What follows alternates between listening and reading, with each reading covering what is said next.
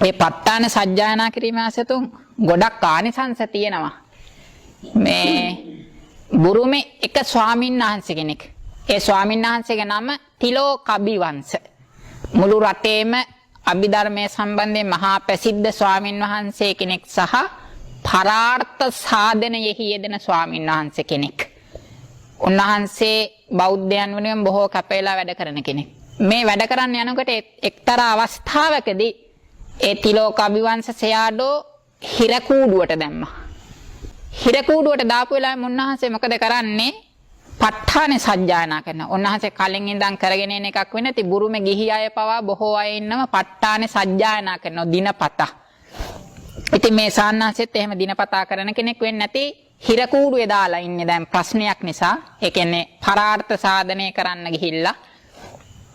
ඊට පස්සේ හිරකූඩුවේදී මේ ප ဋ ාණ සජ්ජායනා කරනවා. සජ්ජායනා කරනකොට මොකද වෙන්නේ? හිරකූඩුවේ දොරවල් ඇරිලා යනවා. ඒ කියන්නේ ප්‍රායෝගික සිද්ධිය, ඇත්ත සිද්ධිය. මොන්නාන්සේ ප ဋ ාණ සජ්ජායනා කරනකොට හිරකූඩුවේ දොරවල් ඇරෙනවා. ඊට පස්සේ මුරකාරයෝ ඇවිල්ලා කියනවා ස්වාමීනි ওই වැඩේ කරන්න එපා හිරගෙදර දොරවල් ඇරෙනවා කියලා. ඒ තරම් බල සම්පන්නයි මේ ප ဋ ාණය. ඒ වගේම තමයි යම් කිසි කෙනෙක්ගේ යහපත් ප්‍රාර්ථනාවක් තියාගෙන මේ ප ဋ ාණය සජ්ජායනා කරුවොත් ඒක සිද්ධ වෙන්නත් මේක හේතුවක් වෙනවා. ඒකට එක කතාවක් තමයි ඒ කාලේ බැම්මෝ සයාඩෝ කියලා ලොකු සයාඩෝ කෙනෙක් ඉඳලා තියෙනවා. උන්වහන්සේගේ විහාරය ගොඩාක් ලොකුයි. එහේ රත්තරන් ආලේප කරලා තමයි විහාර හදන්නේ. ගොඩාක් ගණන් සාමාන්‍යයෙන් ලේසියෙන් කරන්න බෑ. ඒ කියන්නේ මේ වගේ නෙමෙයි මහා පතාර ශාලාවක්. උසයි මේ වගේ දෙකක් විතර උස මේ ශාලාවල් ඒව ඔක්කොගෙම රත්තරන් ආලේප කරලා කණු ගොඩක් ලොකුයි. එහෙම තමයි හදන්නේ. ඉතින් මේ ස්වාමීන් වහන්සේ මේ විහාරයේ අධිපතිභාවයට පත් වුණායින් පස්සේ උන්වහන්සේට දැන් මේ විහාරය පිළිසකර කරගන්න බෑ. ප්‍රත්‍ය නැහැ. ඒ කියන්නේ ගොඩක් වියදම් වෙනවා. ලේසි නෑ වැඩේ කරන්න. එතකොට මුන්නහන්සේ මොකද කරන්නේ? මුන්නහන්සේට උපදේශයක් දෙනවා එක්කෙනෙක්. ඇයි ඔබ වහන්සේට මේ විහාරය හදාගන්න ඕන නම් ඔබ වහන්සේ ප ဋ ාණ සජ්ජායනා කරන්නේ නැද්ද කියලා අහනවා. ඊට පස්සේ උන්වහන්සේ නැහැ කියනවා. ඊට පස්සේ ඒ වෙන කෙනෙක් උපදේශයක් දෙනවා ඔබ වහන්සේට මේ විහාරය පිළිසකර කරගන්න ඕන නම් හැමදාම එක වෙලාවක් තියාගෙන එක තැනක් තියාගෙන ඒ තැන පිරිසිදු කළා හැමදාම ප ဋ ාණ සජ්ජායනා කරන්න පටන් ගන්න කියනවා. මේම පටන් ගන්නකොට ටික දවසක් සජ්ජායනා කරගෙන යනකොට එක එක සුවඳ එන්න පටන් ගන්නේවි කියනවා. ඊට පස්සේ මේ සුවඳ එන්න පටන් ගත්තාන් පස්සේ ඔබ වහන්සේ හිතන්න කියනවා ඔබ වහන්සේට වෙන්න ඕන මොකද්ද කියලා. ඊට පස්සේ ඉතින් මේ ස්වාමීන් වහන්සේ ප ဋ ාණ සජ්ජායනා කරන්න පටන් ගත්තා. එක තැන පිරිසිදු කරලා දිනපතාම ප ဋ ාණ සජ්ජායනා කරන්න පටන් ගත්තා.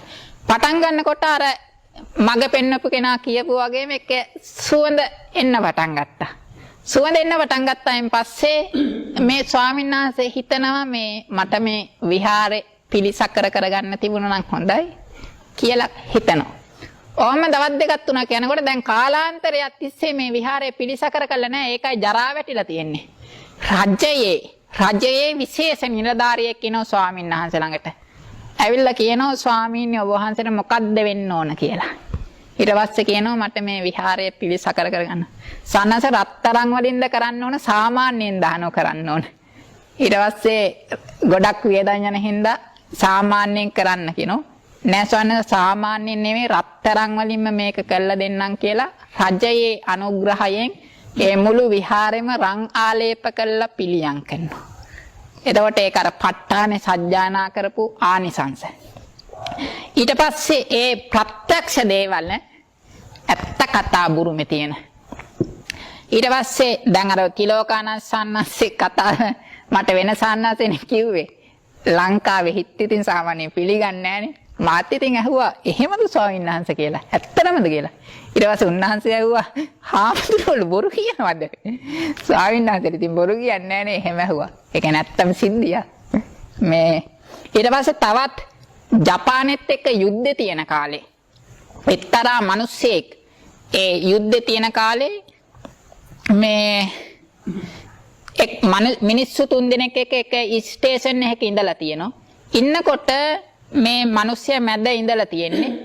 දෙපැත්තේ ඉන්න මිනිස්සු දෙන්න ඇදගෙන ගිහිල්ලා මේ මැද ඉන්න මිනිස්සයා කල්පට බය වෙච්ච පාරට ප ဋ ාණේ තමයි මතක් වෙලා තියෙන්නේ. හේතුපච්චයෝ ආරම්මන පච්චයෝ අධිපති පච්චයෝ කියලා ප ဋ ාණේ තමයි මෙනෙහි වුනේ. දෙපැත්තේ ඉන්න මිනිස්සයා ඇදගෙන ගියා. මැද ඉන්න මිනිස්සයාට මුකුත් උනේ නෑ. එයා ඉතුරු වුණා හැම. එතකොට යුද්ධේ අස්සේ ඒ වගේ ආනිසංස තියෙනවා මේ ප ဋ ාණේ. තවත් එක අවස්ථාවකදී එක්තරා කාන්තාවක් ඉන්නෝ කඩේක. මේ කාන්තාව ටිකක් 6-7 වෙලා වගේ තමයි ගෙදරට එන්නේ. පාර දිගේ තනියම තමයි එන්නේ. එක දවසක් මොනවා හරි ප්‍රශ්නයක් වෙලා එක්තරා පුරුෂයෝ දෙන්නෙක් මේ මග ඉන්නව මේ කාන්තාව ඝාතනය කරන්න. ඉතින් එදා සුපුරුදු පරිදිම මේ කාන්තාව තනියම තමයි එන්නේ. හැබැයි මග ඉන්න කට්ටියට පේනවා දෙපැත්තෙන් පුරුෂයෝ දෙන්නෙක් එක්ක එනවා. මග දැන් රැකන් ඉන්නෝ දෙපැත්තෙන් පුරුෂයෝ දෙන්නෙක් එනවා. දැන් මග ඉන්න අයට පේන්නේ මේ. ඊට පස්සේ එයා ගෙදෙට්ට එනවා. දැන් අර මග ඉන්න අය මුකුත් කරේ නැහැ. මොකද දැන් වෙනද තනියෙන් ඉන්න කෙනා අද දෙන්නෙක් එක්ක පුරුෂයෝ දෙන්නෙක් එක්ක තමයි එන්නේ. ඒ හින්දා කරගන්න බැරි වුණා වැඩේ. එයා දැන් ගෙදර ගියා. ඊට පස්සේ අර මිනිස්සු දෙන්න ඇවිල්ලා අහනවා ඊ පහුවදා ඒ ස්ත්‍රියගෙන් ඔබ කාත් එක්කද ඊයාවේ වෙනද ඉන්නේ තනියම? ඊයේ කාත් එක්කද ආවේ? ඒ ස්ත්‍රිය කියනවා මම ඊයේ තනියම තමයි ආවේ කියලා. එතකොට අර දෙන්න විදියට ආවේ කවුරු හරි දෙවියෙක් හෝ මේ ඒ පැත්තේ උපකාරයක්. මිනිස්සු දෙන්නෙක් ඇවිල්ලා නැහැ. නමුත් අර මරන්න හිටපු දෙන්නට මිනිස්සු දෙන්නෙක් එනවා වගේ තමයි වෙන්නේ.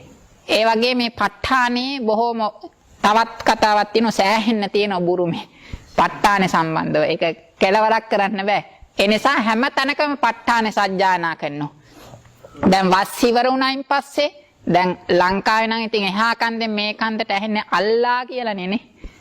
බුරුමේ එහෙම නෙවෙයි. එක පන්සලක ප ဋ ාණේ සද්දේ තමයි අනිත් පන්සලට ඇහෙන්නේ.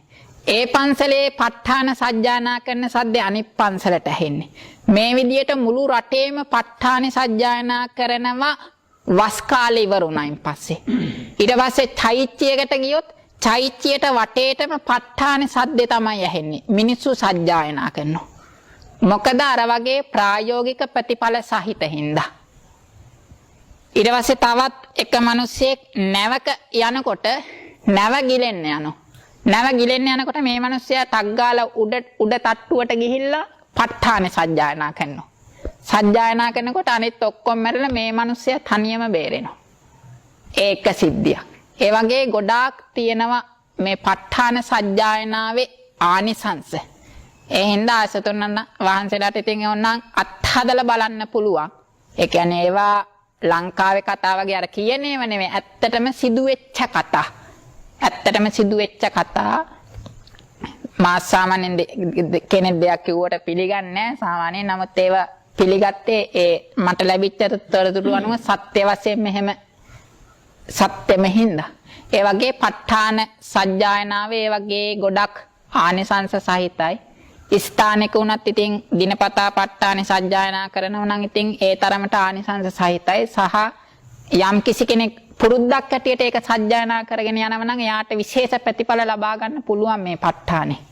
ඒ හින්දා අපි ඒකට මුලපිරීමක් වශයෙන් අද ප ဋ ාණේ සජ්ජායනා කරන්න කියලා අදහසක් ආවා. හවස වන්දනාවේදී අපි ඒක කරමුනේ. ඊට පස්සේ ඉතින් ආසතුන පෞද්ගලිකව ඉතින් සජ්ජායනා කළා බලන්න තම තමන්ට ඕනනම් ප්‍රායෝගිකව වෙනසක් තියෙයිද කියලා අත්හදා බලන්න පුළුවන්.